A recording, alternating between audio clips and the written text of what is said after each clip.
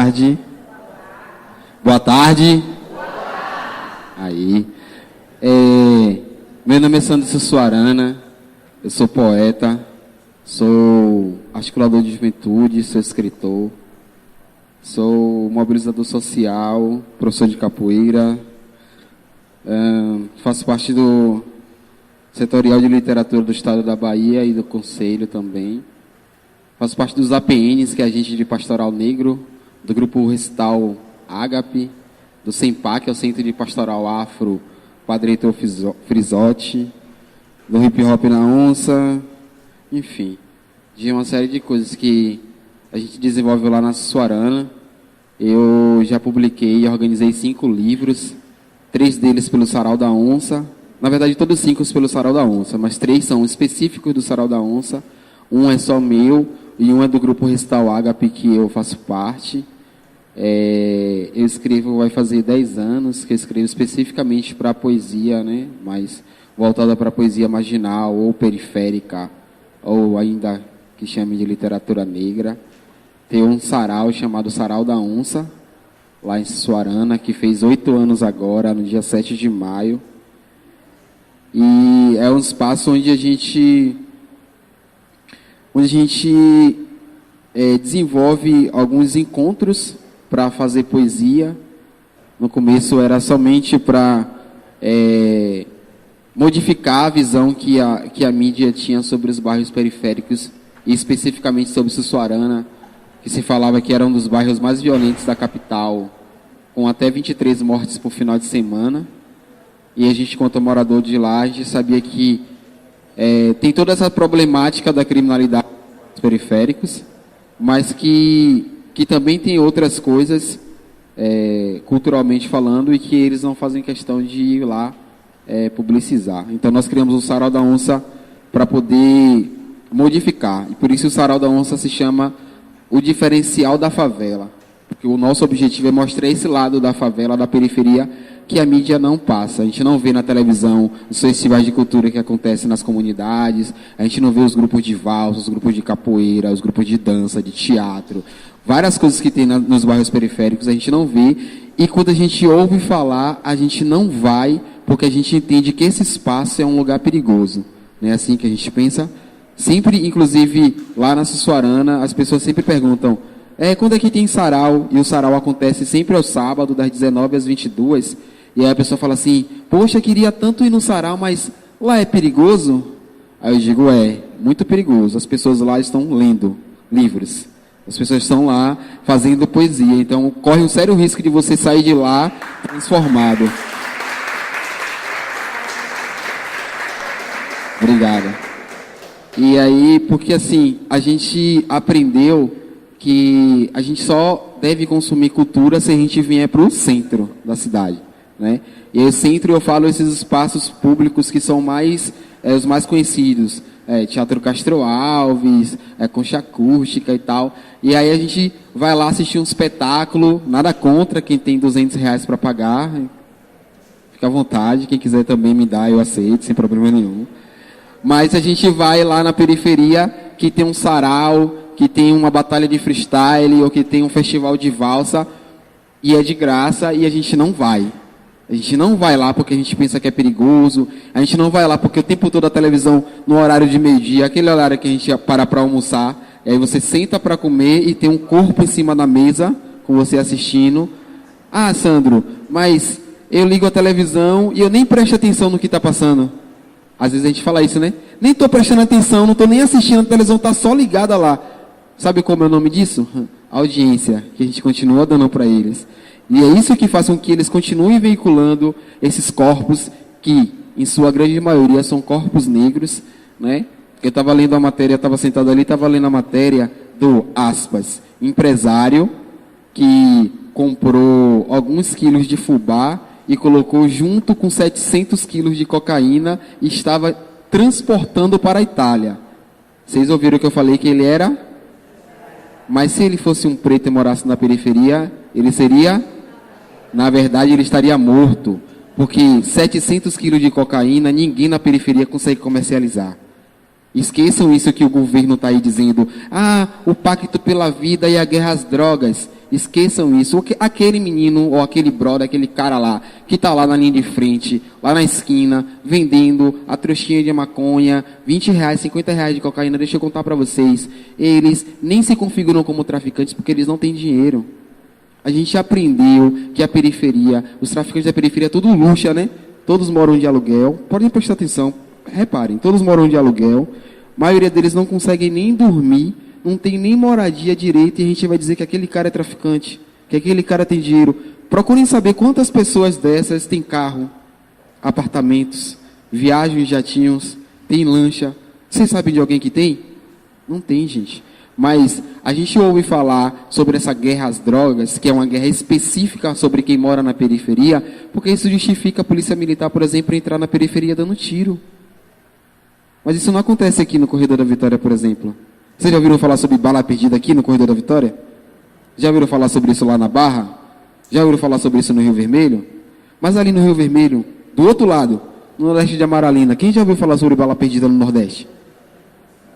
Mas o Nordeste de Amaralina é fronteira com o Rio Vermelho. Mas no Rio Vermelho tem bala perdida? Mas no Nordeste tem, porque o Nordeste é um bairro periférico.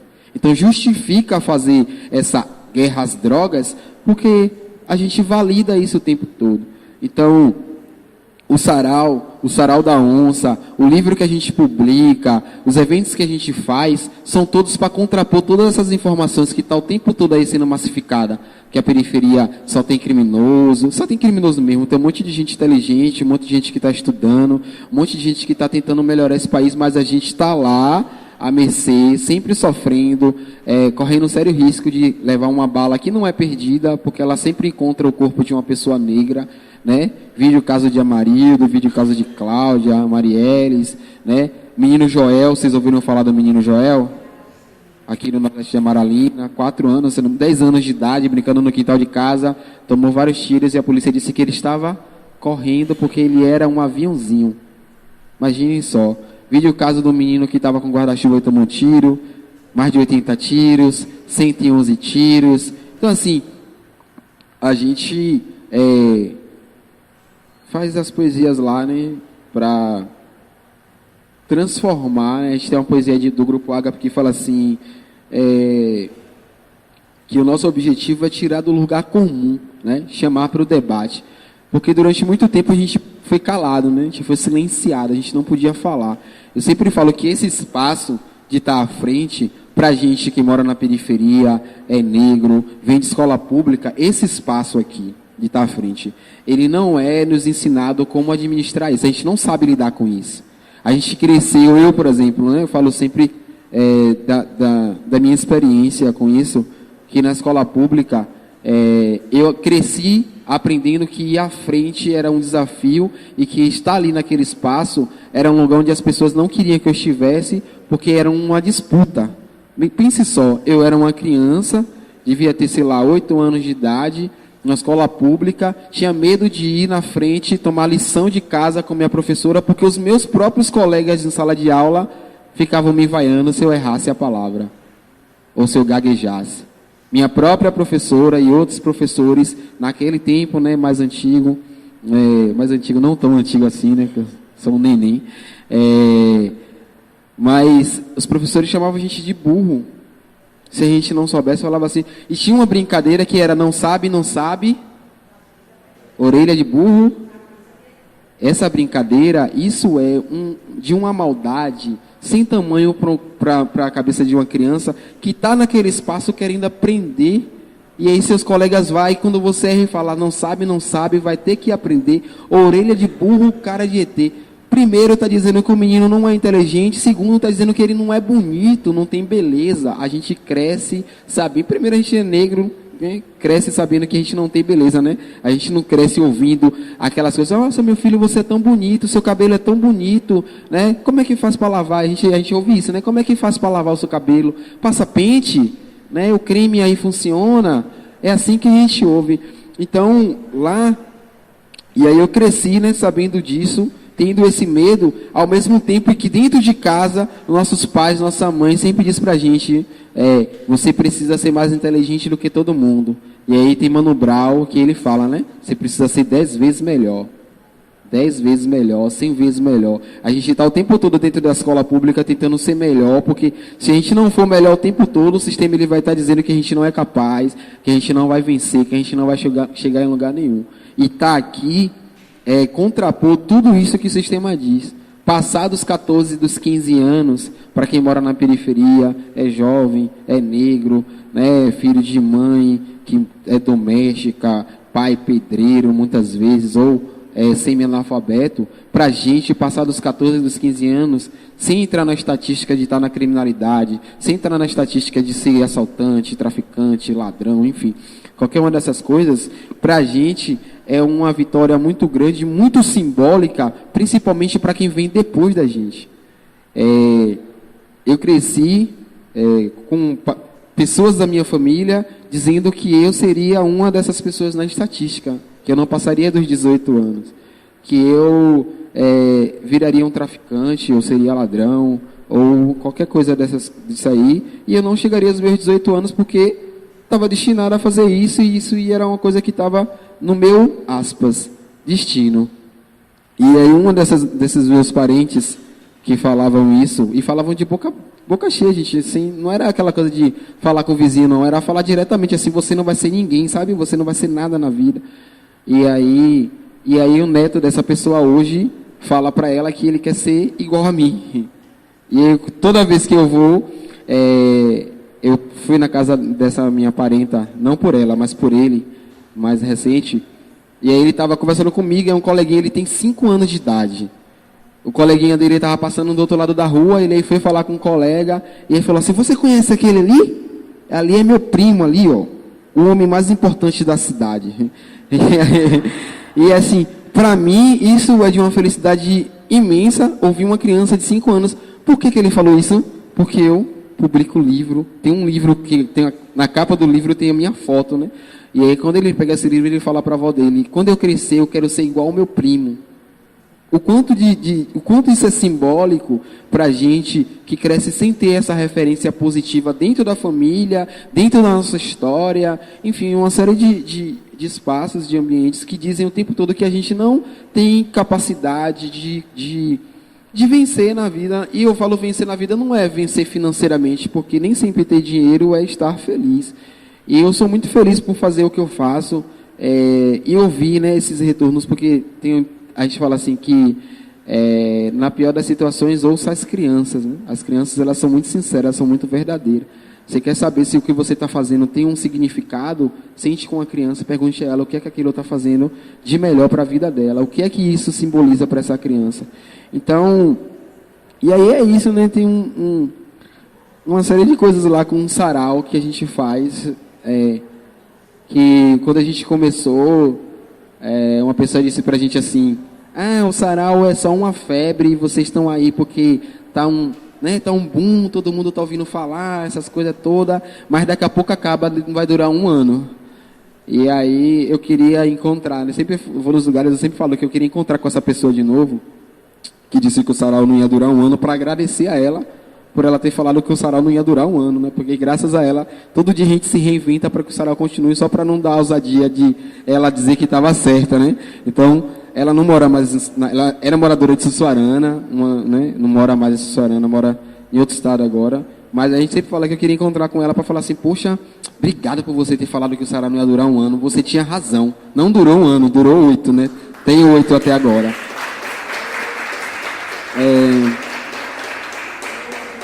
E aí eu vou recitar uma poesia, que é uma poesia que é de Sérgio Vaz, é um poeta lá de São Paulo, que é um dos poetas que iniciou esse circuito de saraus no Brasil, lá na Cooperifa, que é na zona sul de São Paulo, lá no bar do Zé Batidão.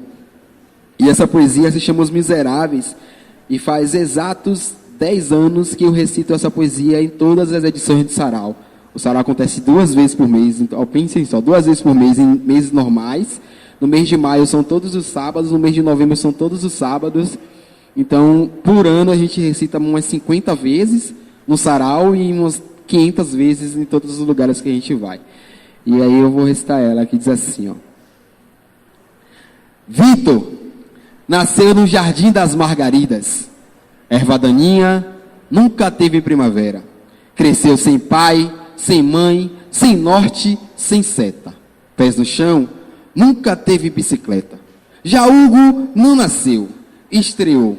Pele branquinha, nunca teve inverno. Tinha pai, mãe, caderno e fada madrinha. Vitor virou ladrão. Hugo, salafrário. Um roubava pro pão e o outro para reforçar o salário. Um usava capuz e o outro gravata. Um roubava na luz e o outro em noite de serenata. Um vivia de cativeiro e o outro de negócios. Um não tinha amigos, parceiros, o outro sócio. Retrato falado, Vitor tinha cara na notícia, enquanto Hugo fazia pose para a revista.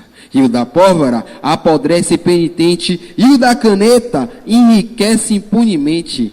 A um só resta virar crente, e o outro deu um golpe e virou presidente.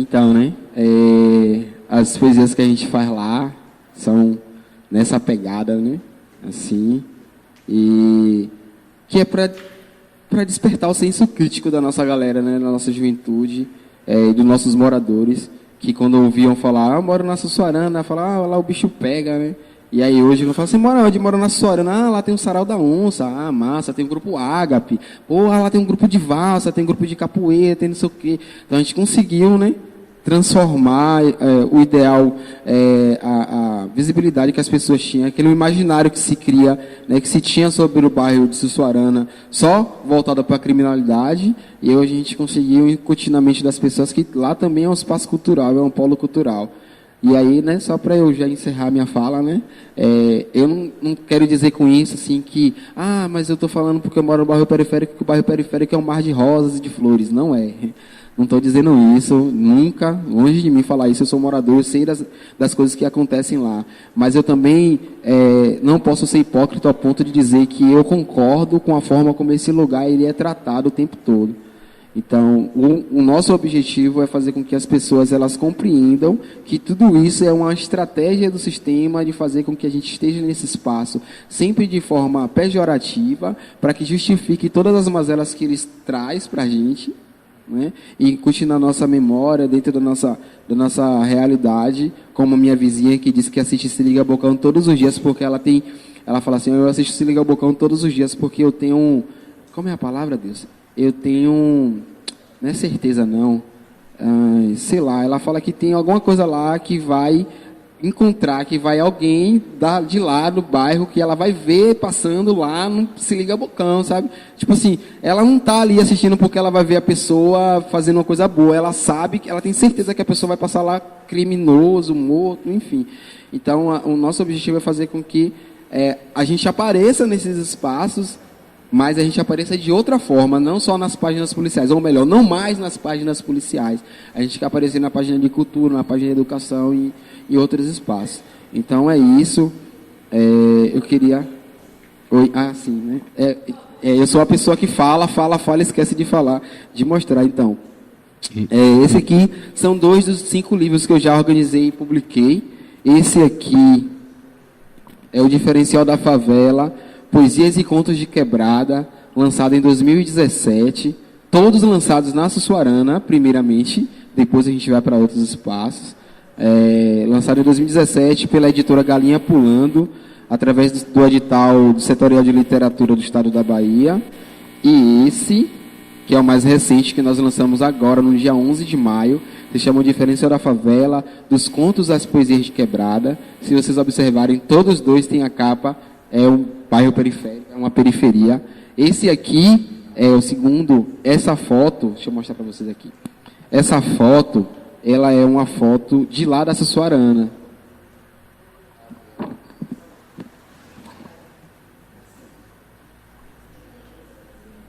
Essa capa é uma foto que foi tirada pela menina que era fotógrafa do Sarau, na janela da casa dela. Virou a capa do livro como uma proposição de mostrar as belezas, uma das belezas que a periferia tem. E aí a outra capa foi produzida por Zezé Luquemi, que é essa daqui, quem fez essa capa e fez a primeira capa do livro também, que está esgotado desde 2014, quando nós lançamos o nosso primeiro livro, também com essa proposição de mostrar a beleza do bairro periférico.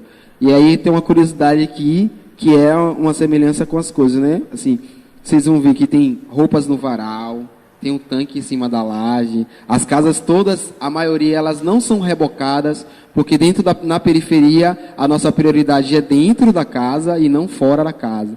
Então, a grande maioria das casas da periferia, elas não são rebocadas por fora, mas são rebocadas por dentro, tem piso, tem toda a estrutura bonitinha, porque dentro é mais importante do que fora. Fora é para quem está vendo, dentro é para quem está vivendo. Então, é isso, né? Então, e aí eu tenho alguns exemplares, se quem quiser depois adquirir e tal. Os livros custam R$20 para quem quiser comprar, e eu aceito cartão de crédito e de débito, né? Porque tem que ser empreendedor.